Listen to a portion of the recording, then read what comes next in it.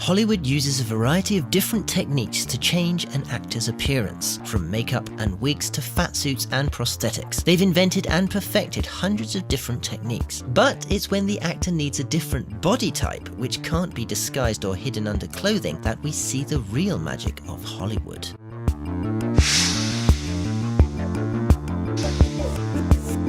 Two types of silicone rubbers are used. The green silicone contains an oil that prevents the actor's body hair from adhering to it. The oilless blue silicone is then applied on top, and then both are wrapped in a temporary plaster jacket to cure. Once dry, the plaster cast is then carefully removed, and the mold is used to create a fiberglass mold that gets covered in clay, ready for the next step.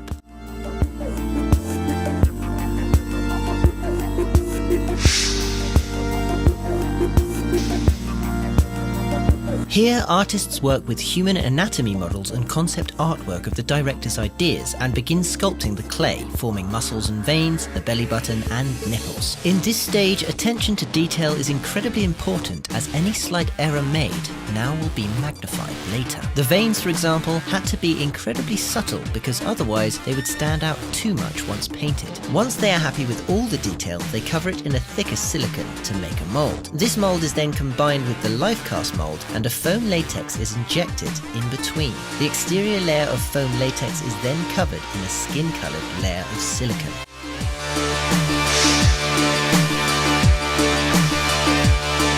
The painter begins by finding the actor's skin tone and then matching it. Although everyone has their own skin tone, this tone varies depending on the area of the body, how much sun it gets, or how the light reflects off it. Everybody's skin has red tones because of the blood, blues from the veins, but also greens, browns, and pinks. If the bodysuit is for a manscaped bodybuilder, it would be finished after paint, but if it's for a fat, hairy guy, there's even more detail to be added. For example, a belly isn't just a bulge, it has weight to it. So they added bags of beads to the inside of the suit in order to mimic its weight, and so the belly had some bounce. Hairs had to be sewn onto the suit individually, respecting growth patterns and also density. Knowing, understanding, and being able to apply all these subtle differences add to making the suit look ultra realistic.